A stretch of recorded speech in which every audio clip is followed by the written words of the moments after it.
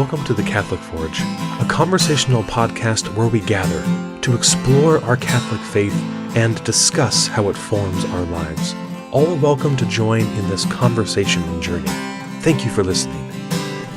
Hey everyone, welcome to the show. This is Eric in Missouri. This is Ben in Kentucky. And this is John in Illinois.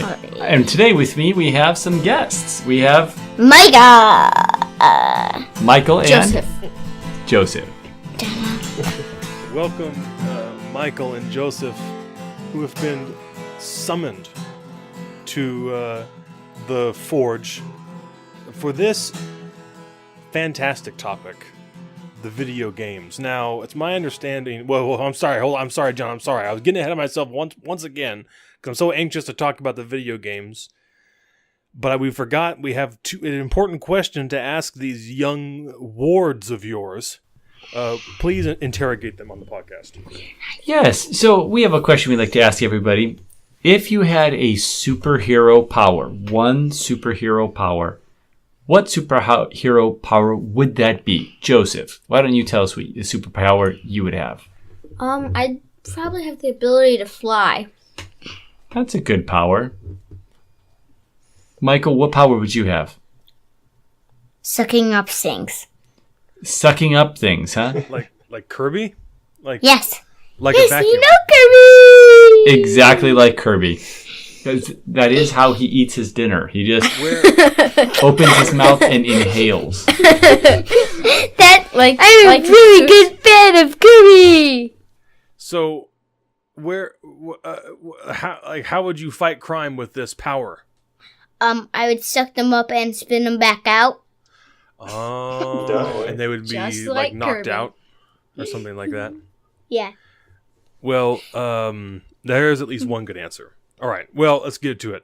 So, video games, I am aware your father told me, John, your dad told us that at Christmas time, Santa came, and he brought a special gift, and that was the Nintendo Switch. Yes, that was it. It was actually a video game, and then our grandmother gave us a Switch. But yeah. Thank you, Grandma. Yeah. That's okay. And so that has been a big gift, to get to play those games. And so we're going to talk about video games at like another level later on. But I wanted to ask you, as being young men getting to experience gaming for the first time, how's that going? What games are you playing? I want to know everything. Tell me everything. We play a Ninjago game. Sure. And a Kirby game. Awesome. And a Mario game.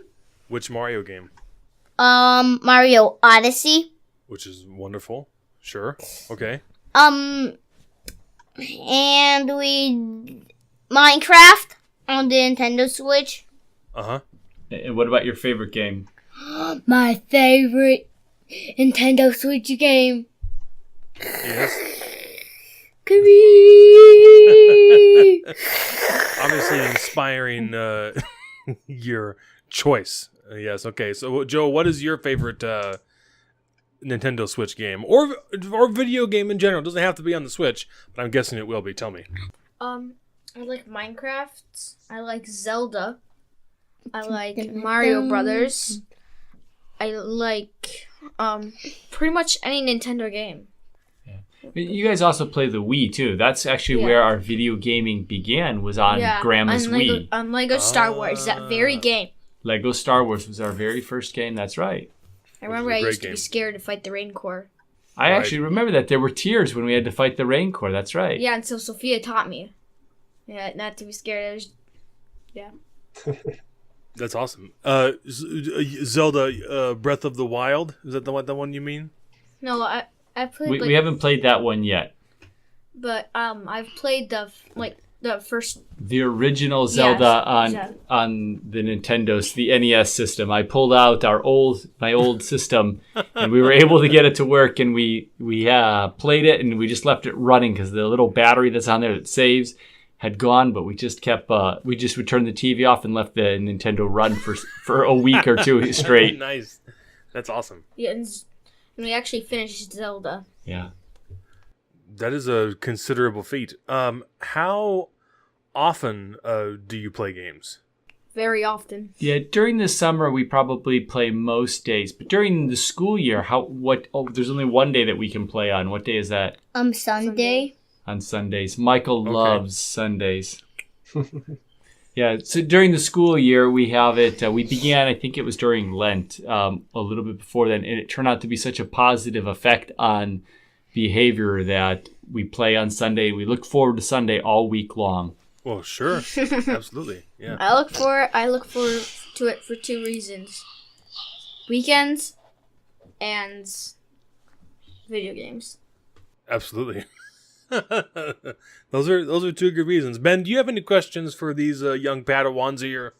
Actually, yeah, I wanted to check. So this Kirby we're talking about, this is the one and the same Kirby from Kirby's Dream Land years ago. Oh, right? yeah. Oh, yeah, man. He's still kicking. He's Yeah, still dude. getting new games out there. I don't know if he can kick. He's mostly a little amorphous blob, but yes. He does kick, yes. Because No, but not without great effort, yes. my fly. own experience, I used to play Kirby on, have you guys ever seen a Game Boy? The little Yes, I handheld? have seen it in A Boy's Life from Cub Scouts. He's all in an archive of a magazine. Yeah, I used to have one, and if you can believe it, the screen, everything was in black and white. There were no color on them, and that's how I Black played. and white. I played Kirby's Dream Land. Pixels as well. You But didn't I have still the want green one. Game I Boy? still want a Game Boy. Well, yeah, it's like it was the two-tone. Right. It might have been Okay. like a greenish and a tannish or something like that, but Yeah, now Joe, you get like a 2DS or a 3DS or something like that, which would be awesome. But it would be difficult to give it up Sunday night and not see it for a whole week during the school year. But it's worth the wait, that's for sure. Well, we were talking before we came on. What are some of the dangers that you guys see video games present to kids?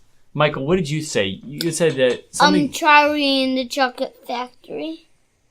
Charlie and the Chocolate Factory is always a danger. What else did you say was a danger about playing too many video games? Rotting your brain. Rotting your brain. Yeah. that's a good one. Joe, you had mentioned some dangers that you see if kids play too many video games. What were those? Well, it could add an effect on their daily life, and just like Mike TV and Charlie and the Chocolate Factory. That's what Michael tried to mention. And What does that mean? We don't know what that reference is. well, in Mike TV from Charlie and the Chocolate Factory, he plays like way too many video games. Also, playing violent video games can affect the way you live and stuff. Okay. Sure. Yeah. Did you was there anything else you thought were dangerous to video games? Not quite, really. Oh yeah, it takes up the time that you could use to pray. Okay, that's a good one. Yeah. Oh, yeah, I like that. All right. Any other thoughts on video games? Well, I would want to ask just the opposite. You know, what do you enjoy most about gaming? Like you talked about the games you like the most, but what is it that you get so excited about? What is it that keeps you excited for Sunday to come every week? Well, I like the adventure, action. What happens in the games I play? I mean, another Bowser battle is always a great adventure for me. Sure. My favorite part of the game, my favorite game part of it is fighting bosses. Fighting bosses? That and the Big ultimate boss. Yeah, I like So- fighting big boss battles. Overcoming the challenge of the boss, like you said, the excitement of a Bowser battle in Mario. Absolutely, yeah. I mean, that's always a big adventure for me. Yeah, and that's one of my favorites. I mean, one Bowser battle, another Bowser battle. It's still a big adventure. Michael will get very intense as he's fighting a boss at the end of a level. His legs he's small enough that his legs don't go over the edge of the couch. They just stick straight forward. And they just sit there and they rock up and down real quickly. They go bop, bop, bop, bop, bop, bop, bop, up and down as he's playing. And the faster his legs go, the more intense and enthralled he is. So it's just like a pair of scissors or swimmer's legs I going up love and down. Good for you. That's awesome. Just like the Flash, or like the Flash's legs when he moves. All right. Any other questions for our young men? I think we've had our fill, and so have they. All right. So thank you guys so much for joining us and sharing your thoughts on video Anytime. games. We'll have you back sometime soon. Anytime. Do you have any final words you'd like to say to people that are out there listening? Video games are awesome. Yeah, they're incredible. And they're super. There are hand motions going with these descriptions. And I just love it. I'm not doing I the wish hand motions. I wish I could. I cannot stop playing. I better leave now. Okay. I better leave Thank now. you, Joseph. All right, Michael. Thank you for your time. Michael looks like he's about to levitate thinking about this stuff. Oh my gosh. Well, John, thank you. Thank you for. I don't know what to say. I mean, Sorry to subject the world to the children. Ben was right. They were just levitating. I wish that everyone could see. I know. You know, they were all bonkers until we really started talking about it, and then you could see the deep meditation that began.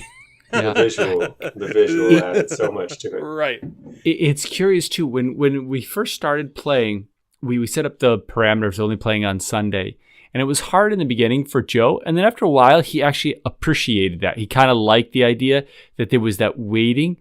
And he's grown. If I can say no video games today, and he'll say, okay, Daddy. But Michael is still at that stage where, man, that's heartbreaking. If there's a reason, for some reason, that we have to say, sorry, no video games today, behavior at church or something wasn't good. Sure. Man, it's a blow to him. But what's neat is to get to see Joe, who's 4 years older, and how that limitation has given him a much better boundaries. Whereas Michael, if we put him in front of a video game system, he could live there all day. And, and so what an important thing as parents to set up healthy boundaries there. And we just started doing it out of Lent, actually, I think about 2 years ago. And man, I'm so glad we did it. We do it every year, and we continue through the whole school year then. Yeah, I didn't have those boundaries when I was little. I remember the limit was when I got angry or frustrated and threw the remote control, then my parents would say, that's enough. You're done. Right. But I don't want to bash my parents' parenting here, but it's because I didn't have limits or boundaries that I was allowed to get to that extreme point of frustration. Because I had probably already been playing for 4 hours at that point, Mm-hmm. I think I could have been reined in a little bit and not led to that extreme. Mm-hmm. Yeah, and even when we, like during the summer, we've had a little more free reign with it. It's still limited. We always have them set a timer. So they each usually get 15 minutes and in a day where they can play. And it has to be, we always have a rule. There's always a standing rule. You may not have any screens on when the sun is out. So we can't watch any television. We can't do any kind of stuff. If the sun's out, no, not allowed. So it's always in the evening, and then they each get 15 minutes. Sometimes if they're super good, they might get 20 minutes each. Yeah, in the middle of summer here, in this particular spot in my time zone, that would be a rough one. It doesn't get dark until like 9:45, almost 10 o'clock at night. Sure. Wow. Yeah. It's, it's in evening, after dinner time, we'll sometimes allow it. So it's okay if it's a little daylight still, just not yeah, it's more the concept. I want them to understand that they should be outside playing or doing other activities before any screen time. So if it's a rainy day, we might allow it then during the day. Well, I think that so much of what they said, not all, and of course much was left behind because of the games they play and their experience, but so much of what they did say is indicative of some of the points that we might want to sort of quickly, if we can. I know we have a couple things to kind of talk about at the end of the episode, but to quickly touch on regarding video games. And I think it's safe to say I'm probably the most regular gamer of the three of us. Although Ben probably had me beat in his childhood, in childhood era, but I've got you both fairly whipped now. I think. That's fair.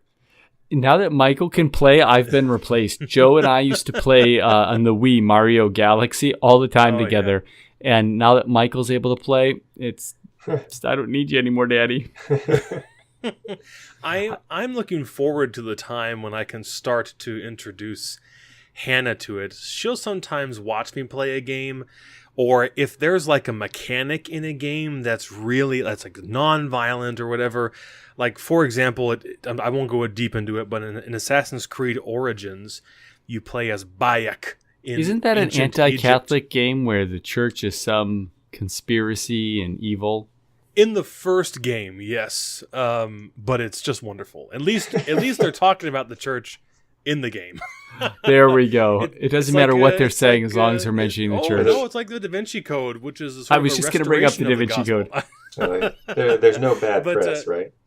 Sure, but they are exciting games, and in Origins, you go back to Egypt, and as part of the mechanic, you can control an eagle called Senyu. And the eagle, of course, can scout out enemies and, attack them and pluck out their eyeballs and so forth. Or you can just... I can see why you want your daughter to get into this. Or you can just take control of the bird and fly her around. And in this breathtaking recreation of ancient Egypt. And so a couple times I would do that. I would put my little dude in a safe spot, and I would pull the bird out, and off she'd go. And I give the controller to Hannah and say, well, fly around a little bit. And she would just fly, and, you can't crash, not really. And so she'd fly the bird around, and then she'd hand it back to me and be like, okay. And off she'd go. That's like the level of our exposure right now. So we're not even coming along, but it is granted, not having a Nintendo console, you don't have access to like more kid-friendly games. There are some things on the PlayStation, but not as many. Oh, okay. Well, first, you redeemed yourself there. When you said Assassin's Creed, I thought there is nothing he can say that is going to make this all right for him. But I was wrong. Flying a bird around sounds pretty good.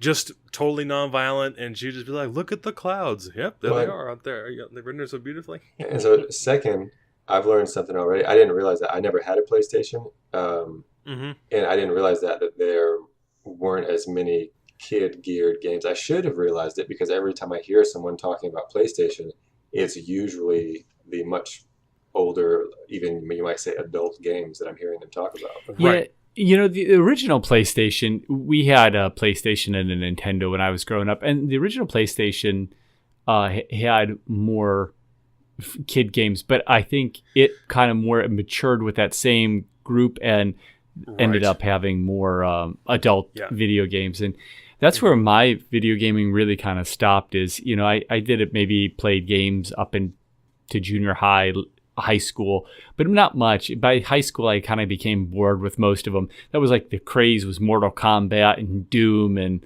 they were okay, but I had more important things I thought to do at that time in my life. It wasn't until we had kids again that I really got into it. My brother really enjoys playing though, and he's plays a number of the games. I don't know if Assassin's Creed is one of them, but games like that. And when I'd go to his house, I was just amazed to watch that. Or the Halo games, they're pretty incredible. And so for all of those really neat elements, Halo is a great example for its lore building, storytelling, the narrative drive, the things that even the boys talked about, the sense of adventure and overcoming challenges.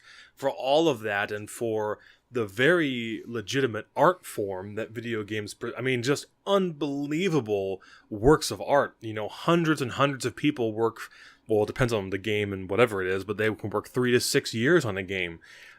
Games that have budgets that rival AAA blockbuster films, as far as, and it gives you, and whereas you go to see Mission Impossible, which I saw today, by the way, and it is so great. It's so good. Even with Tom Cruise? It is, oh my gosh. For it being the 6th film in a franchise. Is it really? It is so good. My jaw was on the floor. Anyway, but so I go to Mission Impossible and it's 2.5 hours and it's done.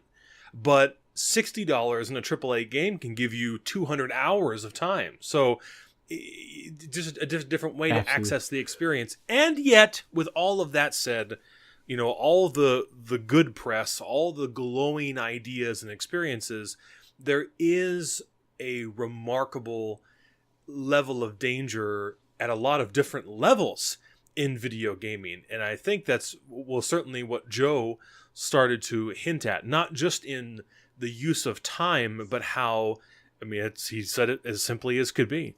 This is what the Bible said. It's what you take in, and then what will come out. He was absolutely right. In his I was own astounded. way of speaking. I had asked some of those questions before. That was his idea. He said, if you play violent video games, that will make you mean. And I thought, wow. And, he came up with those answers on his own. So I was impressed that he's getting those ideas, that there's that. And, there's a huge debate I see every time there's, with the violent video games. Oh, no, video games don't have any effect on that. It's curious to me, though, that we can have people playing a video game where Call of Duty or any of these games where you're out performing acts of war, how that doesn't seep into your subconscious, because it's so your subconscious is not able to tell the difference between reality and what's visually presented to it in a movie or in a video game. And so how does that not affect what is going on in the way in which you interrelate with other people? So scary stuff at times. I had heard, I don't know if there's validity to this, Eric, maybe you would know.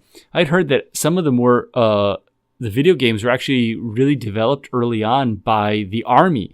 That what they found was, like, during war incidences, most soldiers that were on the field the first time could not shoot at the enemy. They would shoot in their direction, but they would purposely aim high. And so to help them overcome that resistance to shooting at other human being was the development of video simulators and training. I don't know if that is true, but I've heard that multiple times, that there was the military had a interest in it. I cannot speak to it definitively. However, if that's a rumor, I apologize to everybody. I can't. I should have checked it on the validity of it. I didn't think of it until now. Well, but I think we have some evidence on our side, knowing the number of simulator type interfaces that not only the militarized, but the military, that the police use, or not the police, or pilots even use. FAA, and NASA, of course. And so, and what's all of that to train them to deal with any number of things in the moment of emergency or challenge or whatever it is. And so, the Kobayashi Maru. Thank you. Yeah, absolutely, very much. Yes, you're right.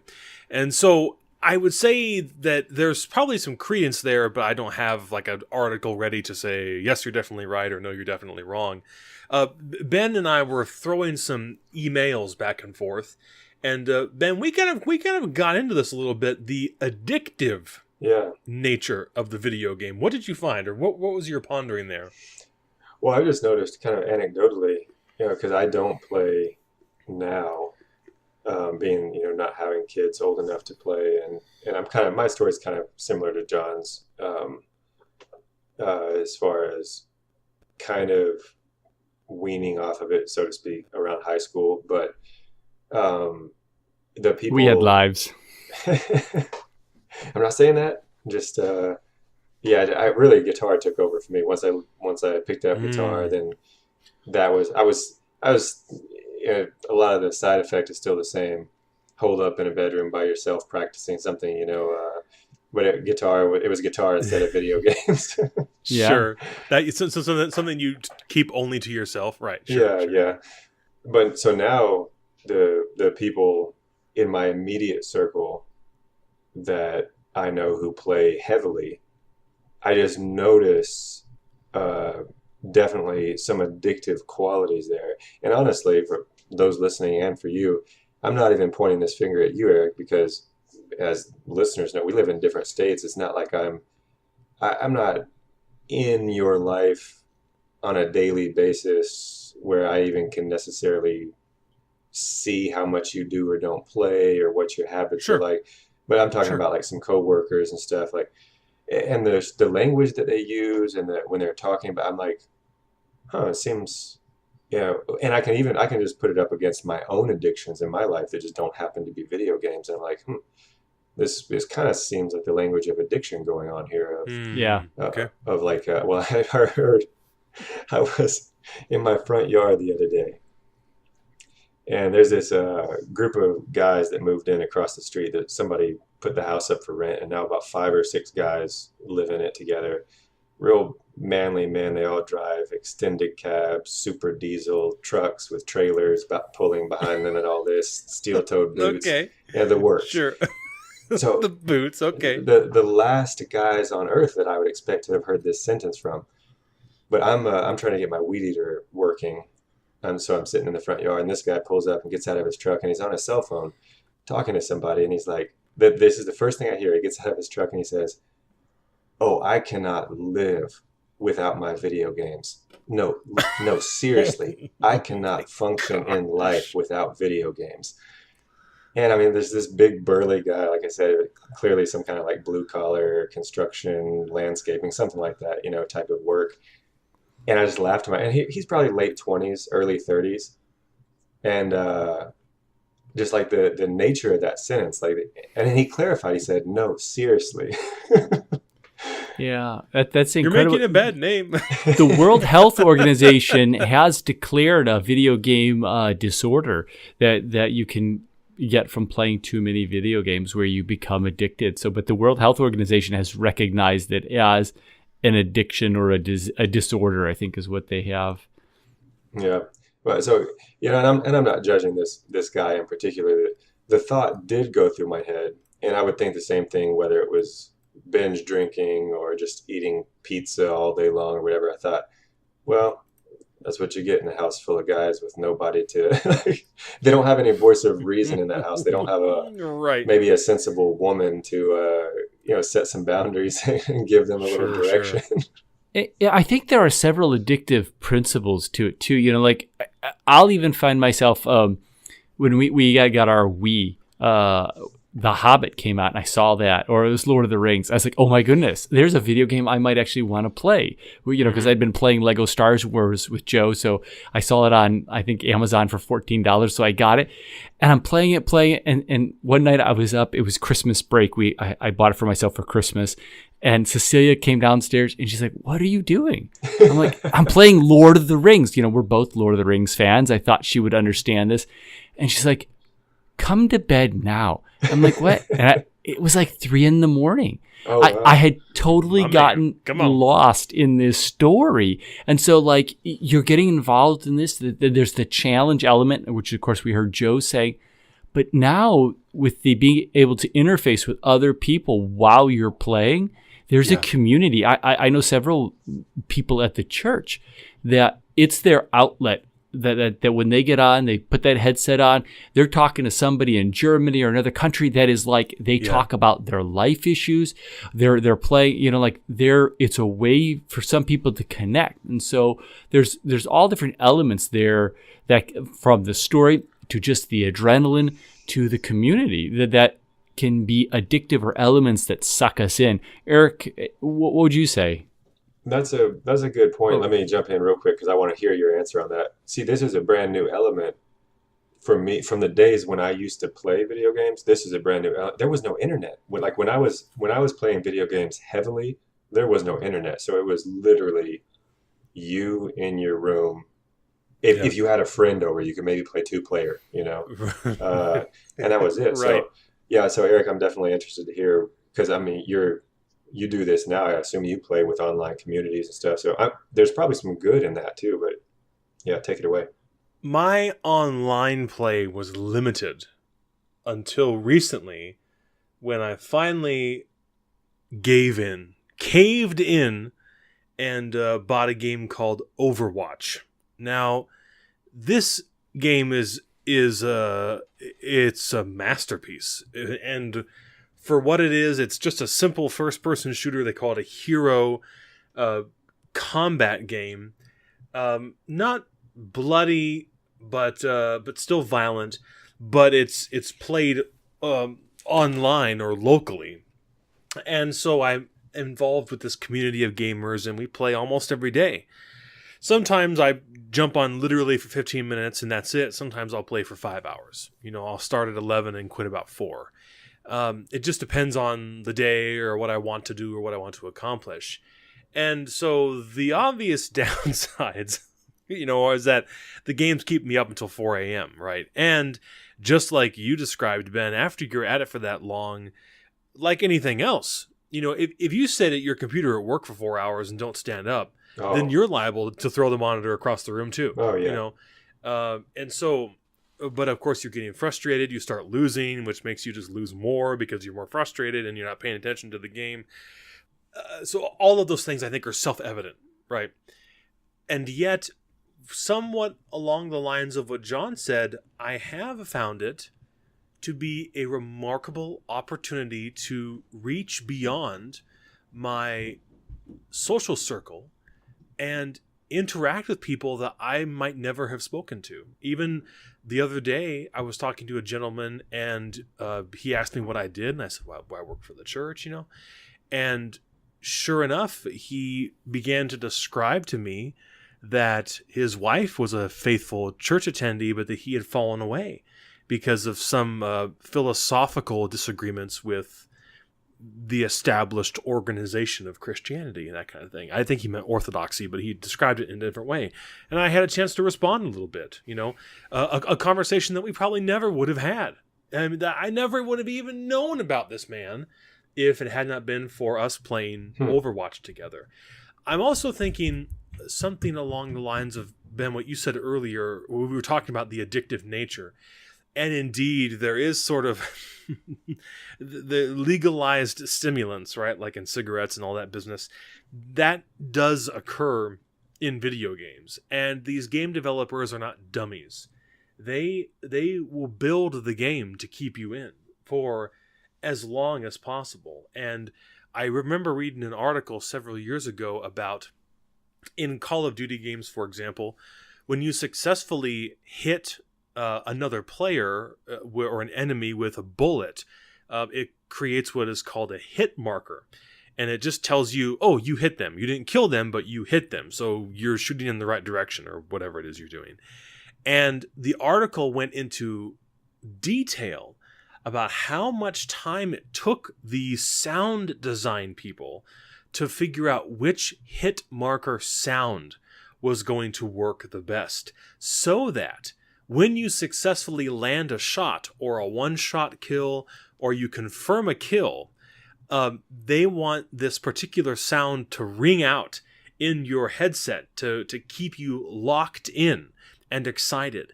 And it went on and on about all the things they went through and the player tests they did and all these different iterations. It was like John Williams trying to figure out the 5-note thing for Close Encounters of the Third Kind. They all these different options. And eventually they landed with something that indeed causes people's brains to release the phenomenon, whatever it is. Endorphins? Sure, if you say so. And it keeps them locked in because you hear the sound, just the sound. This is the bell, right? You hear the sound and the game rewards you even before you confirm a kill. It says, "Oh, you're doing great, keep going," and then of course to actually win, then puts all of that in stone. And so video games, they want you to do that. Great video games are like casinos. You never quite know what's around the next corner, but you always want to see. And like in the gaming culture, there's this idea of just one more, guys. Come on, let's do just one more. No, don't worry. I'll just get in the shower and then go right to work. Don't worry. Just one more. It's I'm sorry I went on there, but just to say that there are a lot of those layers in modern gaming that, to be honest, were not as prevalent or really even present at all when we were back in the Nintendo, Super Nintendo, Genesis days. Yeah. So some of those things at play, yes, but online play has taken it to a whole new level. But that's also looking at it from an industrial, like a gaming industry side, which let's leave all that alone. So I hope does that kind of answer some of that, Ben, for you? Yeah, no, that's very interesting. So you're saying it's a lot like the psychology that's studied and used in advertising and in marketing. They got people working around the clock to figure out what's going to hook somebody with a billboard or a commercial or a song or whatever. Sure. kind of the similar, of course, similar mindset. Yeah, it is very interesting because I hear I had a friend in college. I kid you not, I'm not exaggerating. He failed out of college because he played too much Mario Kart. He would skip classes. He just missed the first class, and he would just play Mario Kart nonstop. And I kid you not, he failed out of school. He just wouldn't go to class, and then he failed out. It was all because of Mario Kart. But I've heard of, I don't know somebody personally in this situation, but I've heard of people's marriages ending over video games too. Oh, sure. And that is that's a real concern there. And so, this is where the cardinal virtues really come in, and that need for, temperance and prudence and to have a right amount, like there's nothing wrong with video games but it's when we let it take this possession of our life that it can become a very dangerous thing. It's interesting you say that, because I'm kind of I guess I'm working this out in my head, or something that I never have thought about in the last 2 decades. That might be why I kind of walked away from them, because I have found as an adult, I kind of know now that I'm a very disciplined person, but I can have an addictive personality with certain things. And I think that's where my discipline comes. It kind of grew to counteract that. And I think maybe I walked away from video games when maybe more negative emotion was happening than positive for me. Like I was getting frustrated and, it was creating anxiety. So then maybe that discipline kicked in of like, forget this. I don't have to, I just don't have to play anymore, Well, and that's an interesting thing, because especially with Michael, who has a little less discipline and temperance in his personality, being only 5, when he plays those video games, if we came up with our time limit about 15 minutes, if we let him play for 30 minutes, he just melts down. He starts crying afterwards. And even after the video game is off, a half hour later, I'll say, "Oh, Michael, go pick up your shoes by the door." And he'll break into tears, or he'll spill his cup of water and he just breaks into tears. Right. And because he's so wound up. So that 15, 20-minute range, we're okay. But it's incredible that you were able to probably recognize that in your life. But I would imagine that has an effect even on the adult psyche, that you play 4 hours, that eventually that is going to affect. That also the way that you go, man, I want my life back. If I watch a movie that's too long, I'm like, man, I want those 2 hours of my life back. Well, Eric, you said some interesting thing too about the sound rewarding you, or you mentioned like the reward factor. But then there's also, then you mentioned the frustration factor, like the more you lose, the more frustrated you get. Sure. I mean, do you know, so like in your circle of friends who play a lot, or even in yourself, would you say that there's ever been times where the outcome of the game on a particular night actually does bleed over on the adult level? Like what John was just describing about Michael, where it actually affects your mood after you turn the system off, after you walk away from the TV. Like, so if you did really well, you go off about your day feeling good about yourself. If you did bad, you ever go just kind of like having a crummy day, like, oh man, something's off? For me, no. I could dig real deep, maybe, and tell you, like in the back of my head, like in the back, I'm thinking, oh, gall darn, if I had just gotten to this point faster, or I hadn't flown that eagle around so long. Absolutely. So I'm strategizing, but honestly, once it's turned off and I'm, there in the dark, and I mean, I'm not saying I don't think about it later, and like I'm thinking about it now. I'm thinking about, is Patrick going to be on tonight, or Ed, or Chris, or can I go hang out with some of the guys, from the community, and can we play and hang out and talk, and I want to tell them about the movie. I just want to be with them.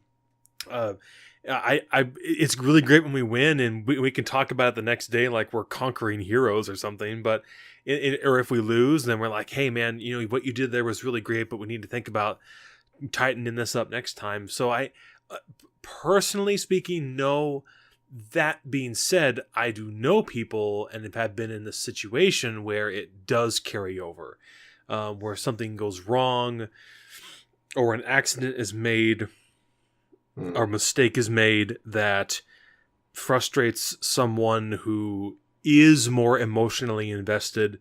They get upset. Oh, okay. They say or do something. And so that is a real thing, Ben, but I'm pleasantly able to report that I don't believe it immediately affects my post, gaming life too terribly much. Okay. Yeah, I was curious.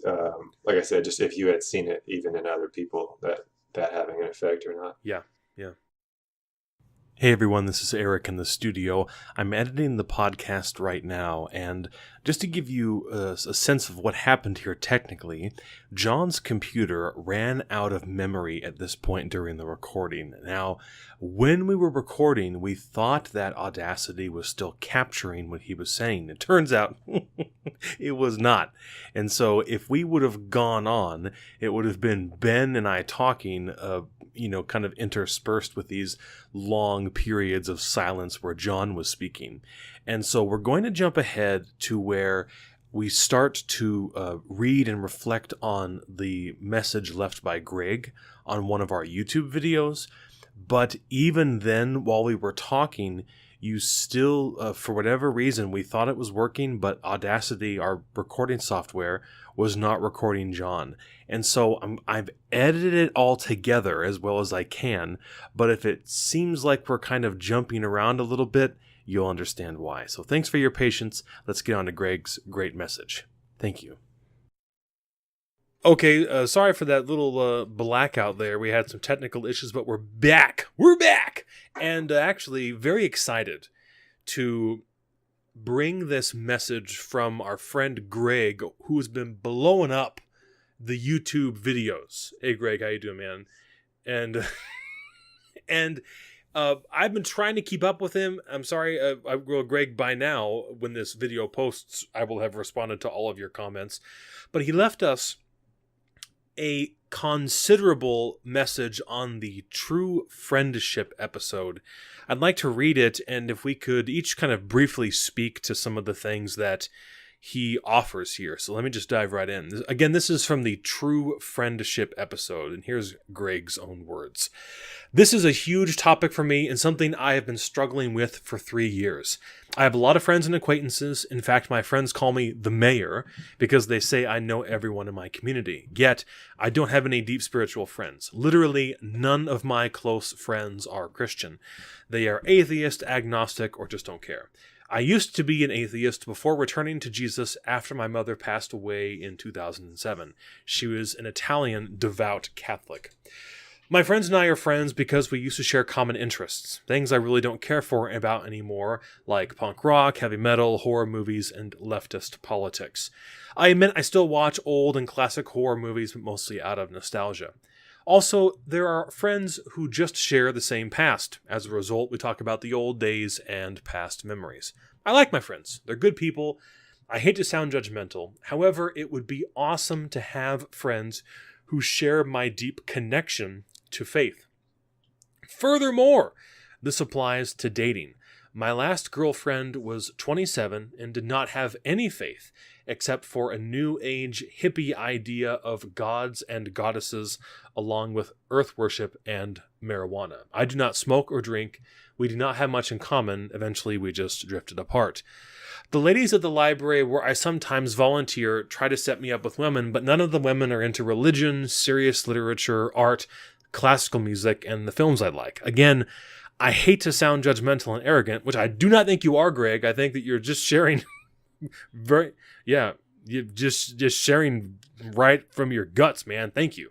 At 41, by the way, I was born on Pope Francis's 40th birthday. Haha. I really do not want to waste time with friends or women who do not share my beliefs and interests. I'd rather be alone. I'm a loner in many ways. My social life is work and the library. Haha. I have met fellow Catholics around here, but there are not any people around my age who I connect with. Catholics around my age seem to do it out of ritual, family, and routine. They just go to Mass like they go to the supermarket, another item on a checklist to fulfill a responsibility. In fact, the only Christians I talk to about faith are a few non-Catholic customers at the used record store I manage. Thank you for reading. I know it's long. I hope it does not come across as negative, arrogant, and judgmental. I could write even more on this topic. Thank you for a fantastic and thought-provoking episode. God bless. God bless you, Greg. And thank you for sharing. It is a lot, but not too much. And you have taken the time to give us a really great snapshot of your life and where you are and where your struggles are, where your sufferings even are. And so just before we comment on it at all, thank you for that. Ben. Yeah, I'm really struck by the honesty and the vulnerability there that Greg talks about. It's just really refreshing, and I do see a lot of myself in that I have I guess if Greg's been listening, he probably knows this, but so of course I have a wife and kids, but I am very much a loner at heart as well. And if my wife hadn't come into my life when she did and in the way she did, I think John's suggestion, I probably would have had to turn to the internet to actually narrow a search for Catholic friends or Catholic relationships, because at the time I was in a small town with a very small Catholic population. There were literally almost zero eligible girls at my parish, the only parish in town, because they were already either married, too young, too old, Right. But I've thought about this with friendship too. Even without the faith aspect of why it's so hard to make friends as an adult, for me at least, not for everyone, but I have that trouble. And I think those friends that he references his friends in childhood, or that apparently they have some history there, and you can fall back on that history. And I think those friendships, when we're young, I think we're a little bit more forgiving and we don't know who we are yet. So it's easier to kind of mesh with a large variety of people. And I think as kids, especially young kids, we're so much more forgiving of other people's faults and differences. And now, I just, in myself, I feel just like Greg is talking about, I meet somebody new and we really hit it off on a topic or two, but then as the layers of the onion start to unpeel, I realize well, you're not really just like me in this respect or that respect, and I can kind of write them off. I have a tendency to do that, and so I'm not criticizing Greg here as much as myself. Sometimes friendships are very hard to come across, but I'm trying to start holding myself to a little tighter watch as far as, am I writing off possible friendships for trivial reasons? Because I think I have done that in the past. But it's a real concern. It's definitely a real difficulty of just finding those people, and age really does help. We click. We naturally click with people in our age group. And Greg, I'm praying for you. I wish you the best of luck. And don't. I guess I would say, and again, I'm kind of giving myself this advice at the same time, just be sure not to shut people out too quickly, because maybe there's even more layers underneath. Once you get past that initial off-putting thing, then maybe there's something more underneath that we need to see or come across. But I'm with you. One thing that Greg did mention is that it feels like a lot of the Catholics that he does encounter, they're checking something off a list and stuff like that. That's and another thing against Greg. That's a superficial approach to, because we don't know the interior disposition and what's going on in those people's lives here. Very few people do things out of obligation anymore. We're kind of a generation that has been freed from, well, I'm supposed to do this. If it's not giving us something, if we're not getting something out of it in general, our society has moved away. Well, I don't need to do it. I don't get anything out of it. So there might be a little more depth going on with those people that you are encountering at Mass. And so as kind of a dovetail there with what Ben is saying, that investing in those people and checking those out might reveal more fruits than what you first see on the outside, the appearance. That's a good point. Yeah. And I think you kind of helped me understand my own point a little bit. Those are the people in the back of my mind. I think that's who I was thinking of, that I'll meet someone at church and get talking with them and think, oh, we could really hit it off and become friends. And then, you know, in my pious pompousness, I guess, like maybe they'll let something slip that they reveal that they don't agree with the church's teaching on this or that. And then I'm just like, shut down. Nope. We can't be friends. You know, I thought you were all right, but now I found out you don't agree with the church and all of this stuff. And that's why today's the last day I'm ever going to speak to Eric. Fair enough. He doesn't use a church-approved deodorant. That's it. He's out. Sorry, go ahead, Ben. No, so you helped me flesh out my point a lot. Yeah, a lot better and more to the point of yeah, you're right. I mean, there's got to be a reason that those people are at Mass. I hadn't really even thought of that myself before, but like you said, I mean, we're a free culture. You know, you don't have to do, young people, I mean, they don't have to do anything they don't want to do. But if they're still taking time out of their week and if they're showing up, there's maybe, even if they don't agree with all the church's teachings and they take Mass a little too lightly, like deep down in their heart, there's got to be something there. And maybe a good Catholic friendship is what they need to really inspire and get that spark going. And in a strange way, you can both grow into better Catholics at the same time as you're building that friendship, you know? Hey, I'm delighted you said that, because I can remember when Cecilia, my wife, and I were first dating. And there are things that she'll cite to me that I said at that time, and I'll be like, no, I never believed that. I've never been that way in my whole life. And she'd be like, yeah, you did. And it's like, and I know she's right. It's so embarrassing. And, you know, particularly in like my political views and things like that, she'll cite something that I once said. I'll be like, no, I could have never said that. And so we grow. So, you know, of course, always be open to that growth, and that you may be the instrument that God is sending into somebody's life to help them grow, and vice versa, you know? Yeah. And I want to jump in and say exactly what you said, Eric, that absolutely, Greg, you don't sound arrogant or judgmental at all. I want to clarify that in case all the rambling that I said sounded like I was knocking Greg in any way. No, not at all. I mean, I appreciate the honesty and, like I said, the vulnerability of sharing all of that.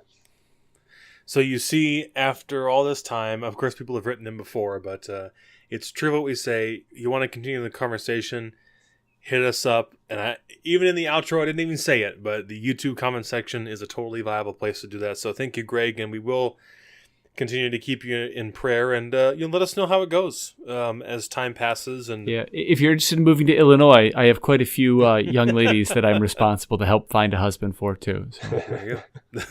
Thank you, John.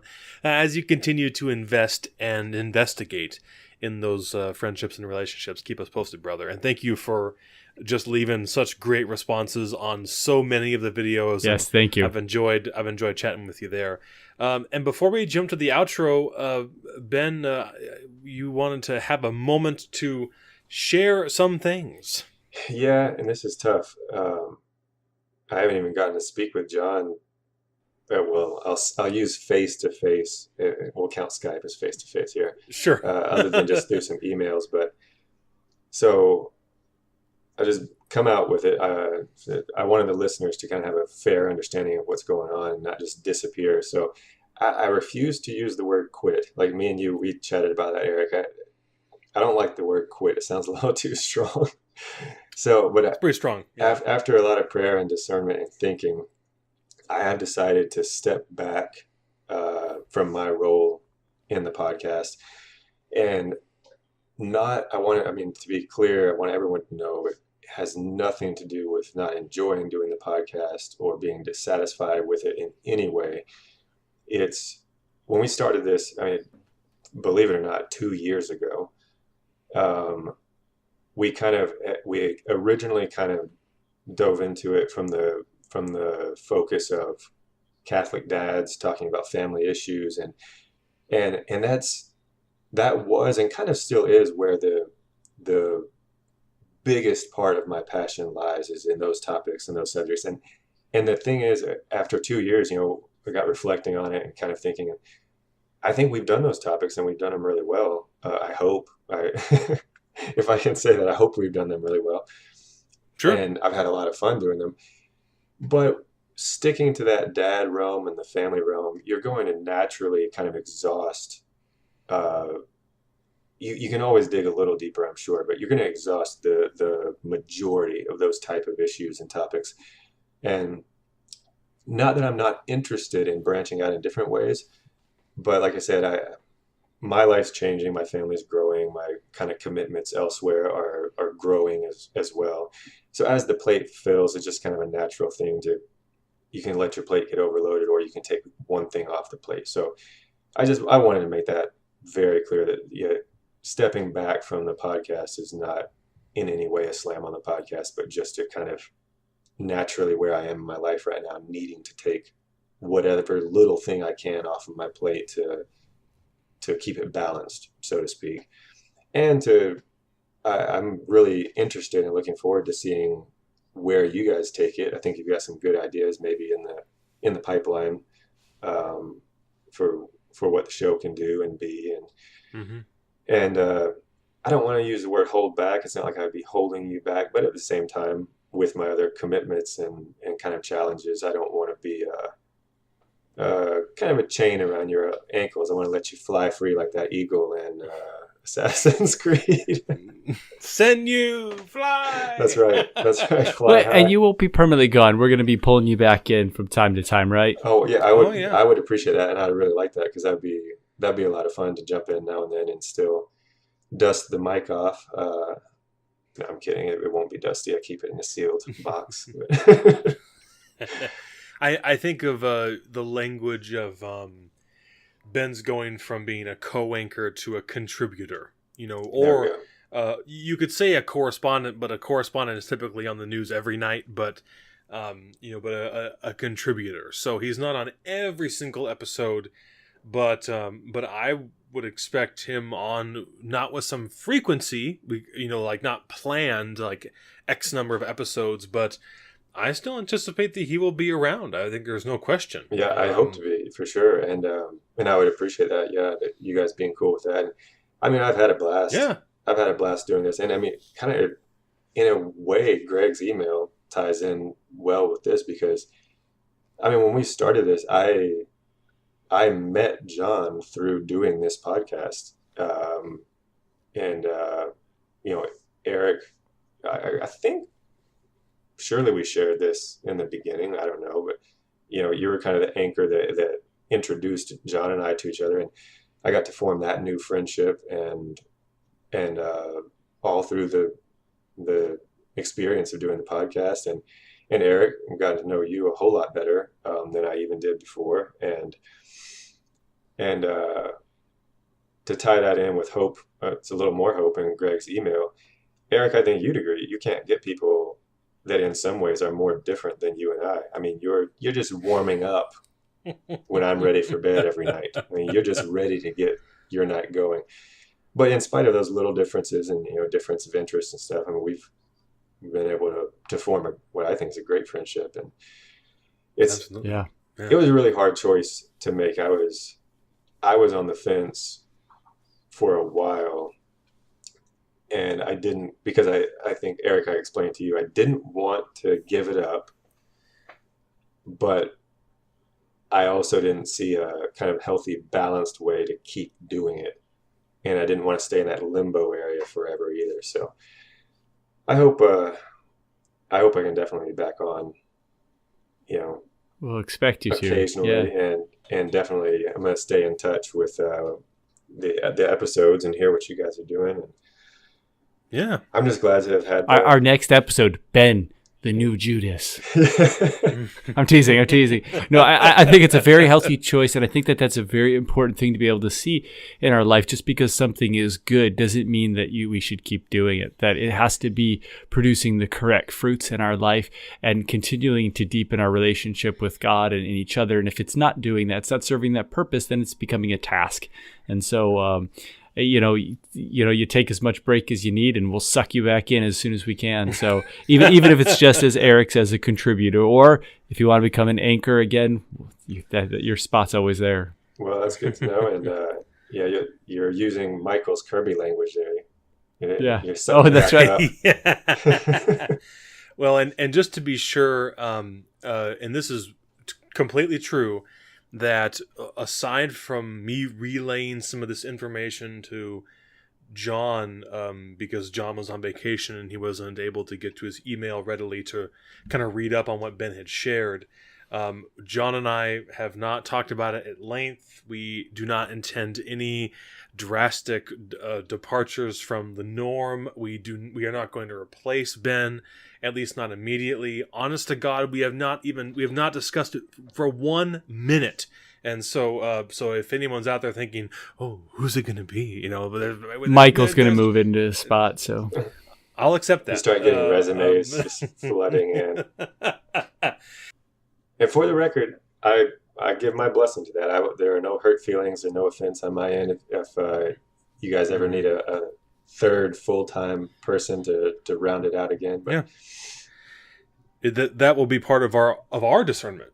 To discern and to discover what the next phase may be, or whatever.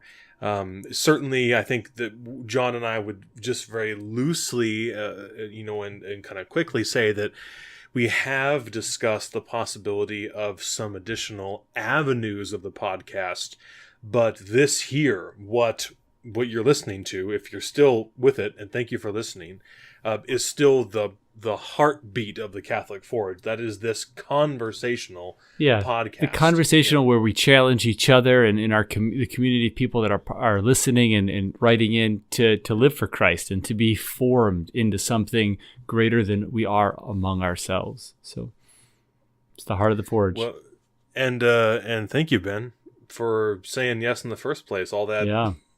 Like you said, a wonderful friendship. Over 2 years ago, man. I know, it's hard to believe. It was, I think, 2 years ago in this month, I think, that you had emailed me or called me or something and said, "Hey, what do you think about this idea?" Wow. And then somehow we got the ball rolling and learned how to actually learned how to podcast dangerously get our voices posted onto the internet. Yeah. Wait a minute, this is going on the internet? I like that almost as much as, was I supposed to hit record? That's awesome, man. Well, thank you for sharing that. Thank you for bringing the same level of honesty and vulnerability that Greg did, man. I mean, just putting it out there, and not that anyone needs to know, but I think that you spoke exactly as you did when we spoke in private. There was no hidden agenda. There's no backdoor exit. No sneaky business. He said it precisely the way he meant to, the way he presented it to me, and so I appreciate that a lot, man. Well, it's the least I could do. Give a little bit of a explanation, because I've listened to podcasts where a host mysteriously just disappears and they don't make any mention of where they went. I'm like, are they on a long vacation? What's going on? And it's just from a listener viewpoint, that's annoying when you don't know what's going on. To you guys, of course, I would want to explain my intentions and motivations, but I really appreciate the opportunity and the chance. It's been a cool adventure podcasting. Awesome. Well, this has been and will continue to be the Catholic Forge. Thank you for listening. As always, we'd like to close with a prayer and a blessing. May God the Father, God the Son, and God the Holy Spirit bless you, guard you, and lead you to eternal life. In the name of the Father, Son, the Holy Spirit. Amen. Amen. Thank you for listening to the Catholic Forge. We hope you've enjoyed this episode and will leave us a positive rating and review wherever you listen. How about 5 stars for Ben and Greg and Michael and Joe and Kirby? You can help out the show. That's 1 star for each of them, okay? That's fair. You can help out the show in a big way by sharing it with your friends and family. All your video game nerd friends need to hear this. This is imperative that they hear it today. As always, you can continue the conversation with us on Facebook and Twitter and in the YouTube comment section, Greg. And you can get a hold of us at our email address, thecatholicforge@gmail.com. For more information regarding the podcast, visit our website at www.thecatholicforge.com. We especially thank our Princess Peach wives for their continued support of this project. Mario. Man, that's the abduction paradox we have happening with these okay, that's fine, man. Or is that Princess Daisy? No, that's Princess Peach, right? But Princess Peach becomes quite a heroine in the later games, defending her own. That is true. She is awesome. In Mario 2, she could fly and throw turnips. No, I think that was Daisy. No. Who's Daisy? Who is Daisy? Okay, hold on. Okay, fine. I will entertain you. No. It's time to end the show. No more of those little mushrooms. We thank them for their support, and we thank you very much for listening.